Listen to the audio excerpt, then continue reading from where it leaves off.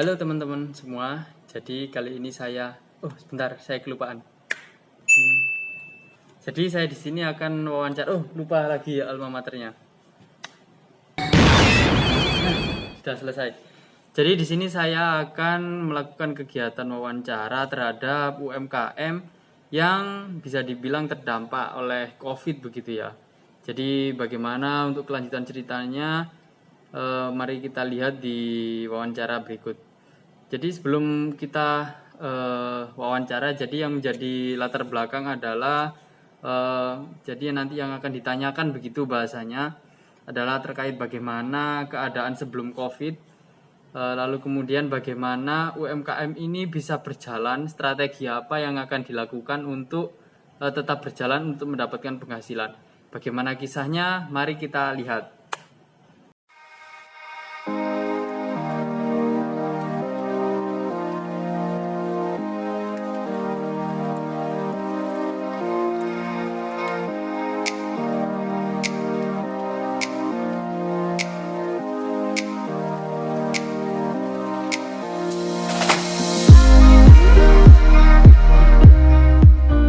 Ya, jadi saya di sini bertemu dengan Ibu Dwi namanya. Jadi saya akan wawancara terkait adanya UMKM yang di Ampuhnya begitu. Jadi Ibu Dwi ini UMKM-nya bergerak di bidang apa gitu kalau boleh tahu? Ya, karena kita di lingkungan sekolah ya Mas ya. Jadi UMKM saya bergerak di bidang penjualan alat tulis, seragam, dan sedikit snack untuk anak-anak kalau boleh istilahnya. Oke, jadi UMKM-nya bergerak di bidang alat tulis, ada snack-snack tadi ya begitu, sama seragam. Lalu berarti ini UMKM-nya di dekat sekolah, berarti ini sasarannya untuk siswa tadi ya? Iya, untuk siswa, guru, dan karyawan. Untuk siswa, guru, dan karyawan. Lalu ini kan musim pandemi di sini. Lalu bagaimana keadaannya ketika sebelum UMKM-nya ini sebelum pandemi begitu? Keadaannya bagaimana dibandingkan sekarang?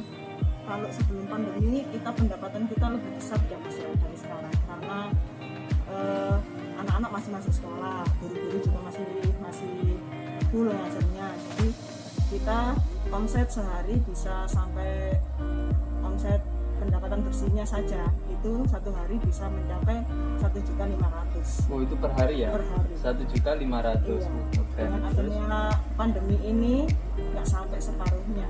Oh, oke. Kalau di pandemi ini sampai berapa biasanya? Mentok 700, 500 per hari itu ya berarti? laba bersih.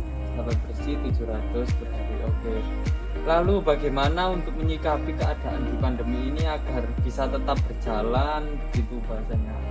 Strategi-strategi apa yang bisa dilakukan untuk tetap bisa mendapatkan penghasilan? Ya otomatis kita harus banting setir ya Mas ya. Kalau dulu sebelum pandemi yang kita jual kan alat tulis, seragam. Nah sekarang karena sudah ada yang sekolah kan otomatis kita jualannya ya harus ini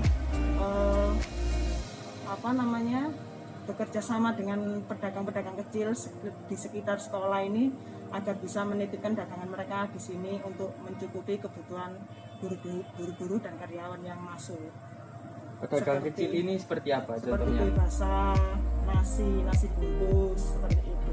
Dan kalau itu kan guru-guru masih bisa beli, karyawan juga masih bisa beli. Siswanya kan sudah tidak masuk. Oke. Kalau semisal ada guru atau siswa yang pengen jualan di sini begitu bisa berarti? Bisa. Jadi lewat menitipkan tadi ya, menitipkan dagangannya. Oke. Lalu strategi bagaimana bisa mengekspansi gitu apa ya? Bisa meningkatkan penghasilannya selama pandemi ini.